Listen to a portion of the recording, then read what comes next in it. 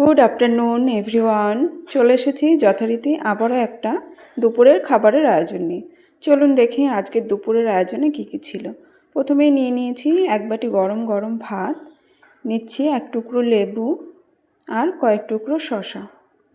আজকে বানিয়েছিলাম আমার ভীষণ পছন্দের একটা খাবার, কচু শাক। আর সেটা বানিয়েছিলাম আজকে ইলিশ মাছের মাথা দিয়ে। কচু শাক তো আমি যে কোনোভাবেই খেতে ভীষণ ভালোবাসি, আর তার মধ্যে যদি একটু ইলিশ মাছের মাথা হয় তাহলে তো আর কোনো কথাই নেই। এই একটা পদ দিয়েই না আমার পুরো ভাত খাওয়া হয়ে যায়। কচু শাক আমি এত ভালোবাসি।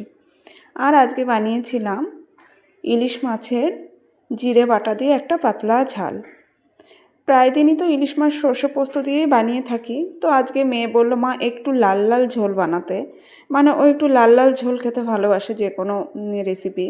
তো আজকে ভাবলাম ঠিক আছে, আজকে আর সর্ষে পোস্ত বানাবো না, আজকে একটু জিরে আর শুকনো লঙ্কা শিলে বেটে একদম কালো জিরে আর কাঁচা লঙ্কা ফোড়ন দিয়ে পাতলা করে রেসিপিটি বানিয়েছি।